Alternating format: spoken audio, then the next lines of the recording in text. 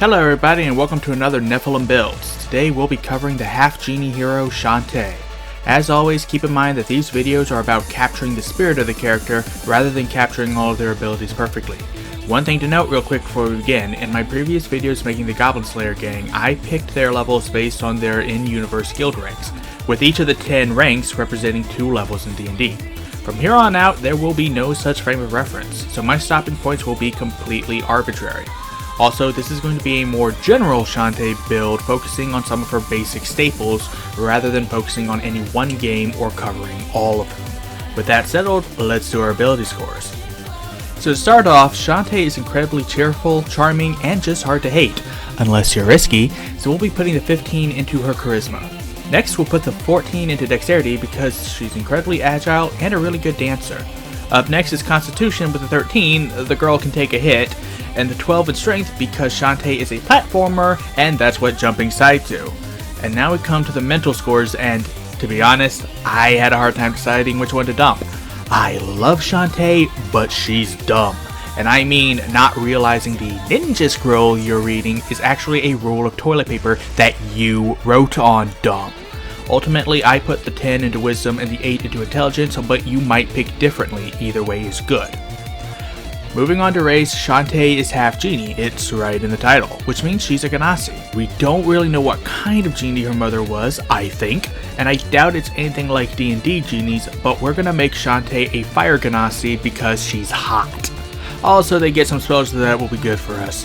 Fire Genasi get a +2 to Constitution and a +1 to Intelligence, which is why I chose to dump it over Wisdom, because I'll be damned if either of them go higher than a 10.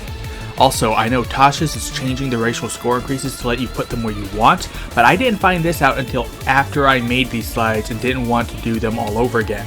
If you want to go ahead and put them into Dexterity and Charisma, knock yourself out.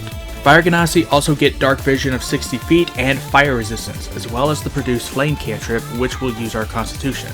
Lastly, they speak Common and Primordial, which is almost like 5 languages in one. For our background, we'll be taking Entertainer because she's a dancer.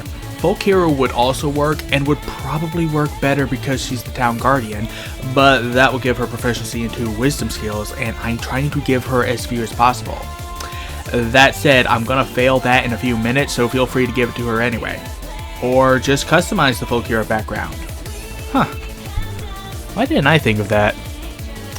Entertainers have the By Popular Demand feature and have proficiency in Acrobatics and Performance, as well as the Disguise Kit and 1 instrument. Let's go... Loot? Yeah, sounds good. Now we're moving on to class, and you might think that Shantae would be some form of sorcerer because she has magic innately. The problem is that none of the sorcerer subclasses really fit with her. Also, even though people always go on about how wizards learn magic through study while sorcerers just have it, no one ever talks about how bards just have it too. She also performs her stronger magic through dancing. And we're going to need magical secrets to get a spell that sorcerer can't give us, so we're taking Bard. So starting off, Bards get proficiency in Dexterity and Charisma saving throws, as well as 3 skills of their choice.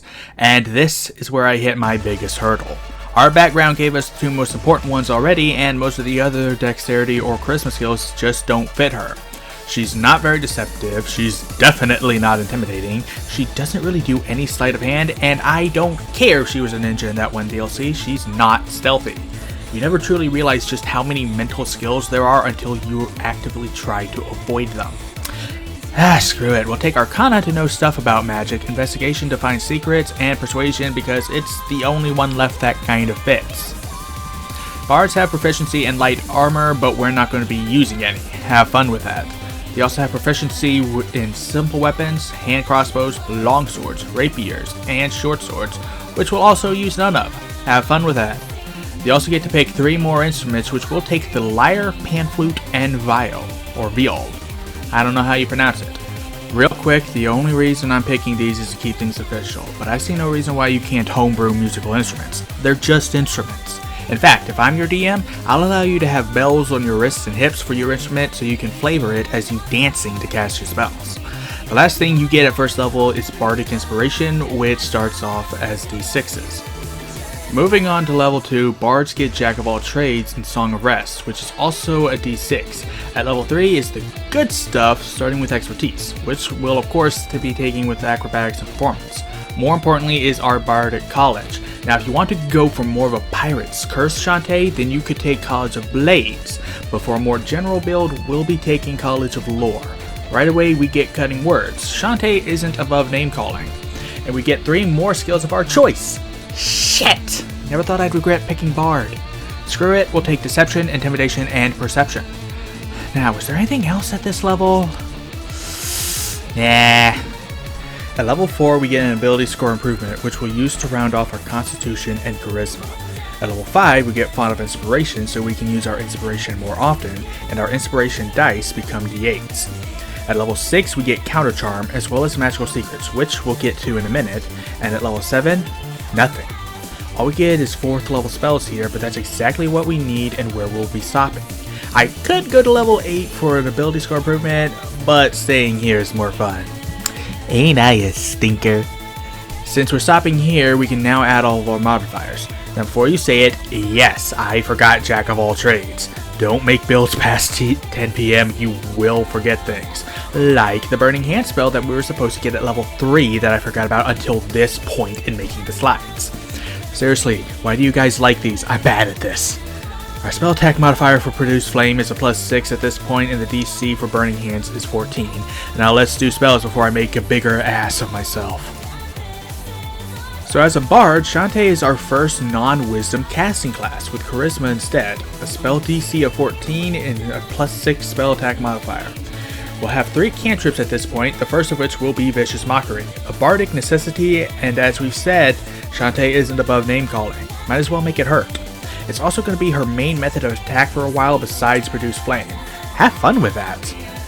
We'll also take Prestidigitation. It's mostly for special effects, but you'd be amazed at all the creative ways I've seen this used. And lastly, we'll take Dancing Lights, because dancing!